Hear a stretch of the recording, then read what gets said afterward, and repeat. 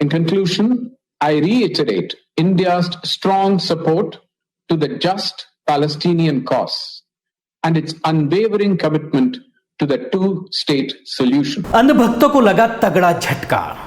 अंधभक्त पिछले एक हफ्ते से उछल कूद मचा रहे थे और हमेशा आपने देखा होगा कि किस तरह से सोशल मीडिया पर अंधभक्त, मोदी भक्त अपने आप को ये कह रहे थे कि हम इजराइल के साथ खड़े हुए हैं और फिलिस्तीनियों को आतंकी, फिलिस्तीनी बच्चों को आतंकी बताया जा रहा था और हमास को नेस्त और नाबूद करने की बात कही जा रही थी, फिलिस्तीन को ख़त्म करने की बात कही जा रही थी और ये कहा जा रहा था कि हम खड़े हुए हैं इजराइल के साथ।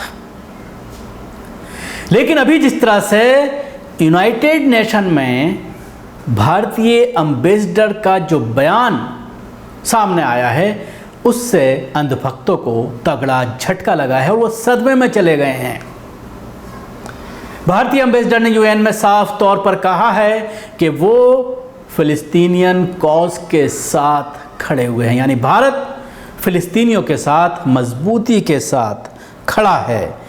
ये बयान उनके ज़रिए दिया गया है। उन्होंने कहा है, in conclusion India reiterates its strong support to the just Palestinian cause and its unwavering commitment to the two-state solution।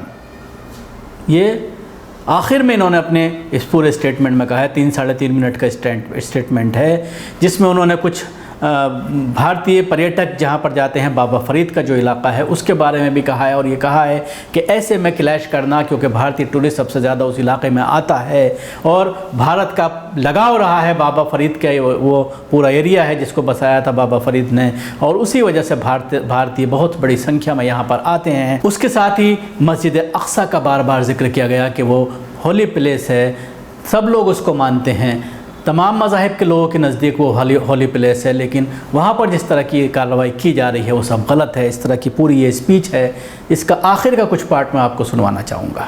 The Security Council held 2 closed meetings on the developments earlier this week. In both these meetings, we had expressed our deep concern over the violence in Jerusalem, especially on Haram al-Sharif, Temple Mount, during the holy month of Ramadan, and about the possible eviction process in Sheikh Jarrah and Silwan neighborhood in East Jerusalem, an area which is part of an arrangement facilitated by the UN. We had also expressed our apprehension at the spread of violence to other parts of West Bank and Gaza. Today's open debate has been necessitated by the continuing violence which began in East Jerusalem a week back and is now threatening to spiral out of control. The events of the last several days have resulted in a sharp deterioration of the security situation. The indiscriminate rocket firings from Gaza targeting the civilian population in Israel, which we condemn, and the retaliatory strikes into Gaza have caused immense suffering and resulted in deaths, including women and children. India has also lost one of her nationals living in Israel in this rocket fire, a caregiver in Ashkelon. We deeply mourn her demise, along with all other civilians who have lost their lives in the current cycle of violence. We reiterate our strong condemnation of all acts of violence, provocation, incitement, and destruction. Immediate de-escalation is the need of the hour, so as to arrest any further slide towards the brink. We urge both sides to show extreme restraint, desist from actions that exacerbate tensions, and refrain from attempts to unilaterally change the existing status quo, including in East Jerusalem and its neighborhood. Jerusalem has a special place in the hearts of millions of Indians who visit the city every year. It also houses the Al-Zawiya Al-Hindiya, the Indian hospice, which is a historic place associated with the great Indian Sufi saint Baba Farid and located inside the old city. India has restored this Indian hospice. The historic status quo at the holy places of Jerusalem, including the Haram al-Sharif Temple Mount must be respected. We support the diplomatic efforts of the Quartet and other members of the international community, the countries in the region in particular, to calm the situation and put an end to the ongoing violence and seek to achieve durable peace. These incidents have once again underscored the need for immediate resumption of dialogue between Israel and Palestinian authorities. The absence of direct and meaningful negotiations between the parties is widening the trust deficit between the parties. This will only increase the chances for similar escalation in the future. We believe that every effort should be made to create conducive conditions for resumption of talks between Israel and Palestine. In conclusion, I reiterate India's strong support to the just Palestinian cause and its unwavering commitment to the two-state solution. तो सुना आपने, और एक झटका 2 दिन पहले ही लग चुका है अंधभक्तों को, जब नेतन्याहू ने एक ट्वीट किया और उसमें भारत को धन्यवाद नहीं कहा गया। बाकी सारे देशों का जो है वो फ्लैग लिया उन्होंने, जिस देश को ने उनका समर्थन किया था उसको लेकर के उन्होंने धन्यवाद दिया, लेकिन भारत का कहीं पर भी नाम नहीं था, जिसको लेकर लोग तरह तरह के मीम सोशल मीडिया पर बना रहे हैं कि नरेंद्र मोदी खड़े होकर के उसको देख रहे हैं उस ट्वीट को, और लोग कह रहे हैं नेतन्याहू को कभी मन से माफ़ नहीं करूँगा। उसके अलावा जब ये स्टेटमेंट आया है यूएन में, जो हमारे एम्बेसडर हैं, भारतीय एम्बेसडर, तो उसके बाद भक्तों के कुछ ट्वीट हैं जो मैं आपको पढ़वाना चाहूँगा। I am living Twitter for ever, ये आर्यन सिंह है, उन्होंने किया है। Indian governments and fuck this society leaders and people bloody bunch of coverts will leave this country very soon.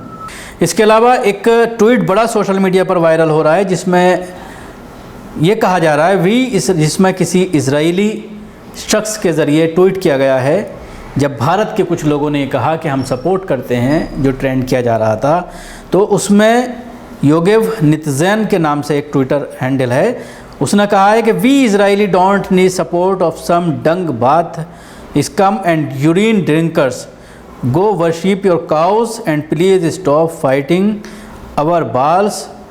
FFTS, stop ruining image of our country by putting your country's flag with Israel. और ये इस तरह के tweet, बहुत सारे tweet social media पर मिल रहे हैं जिसमें ये दिखाई दे रहा है कि पूरी तरह से झन्ना गए हैं अंधभक्त, पूरी तरह से सकते में आ गए हैं कि आखिर भारत ने इस तरह का कदम कैसे उठाया, उन्हें इस तरह की उम्मीद नहीं थी। बहुत सारे बड़े बड़े लोग, बीजेपी के लोग, आरएसएस के लोग इस तरह के ट्वीट कर रहे थे और मुसलमानों को, ख़ासतौर से भारतीय मुसलमानों को चिढ़ाने की कोशिश की जा रही थी। लेकिन जब से ये एम्बेसडर का बयान आया है, वो भारत के लिए मजबूरी है, जाहिर सी बात है। जिस तरह से ओआईसी ने स्ट्रांगली इस पूरे हालात में इजराइल का कंडेम किया है और ये कहा है कि जल्द से जल्द इस मामले का हल किया जाए, रोका जाए, नहीं तो कार्रवाई की जाएगी।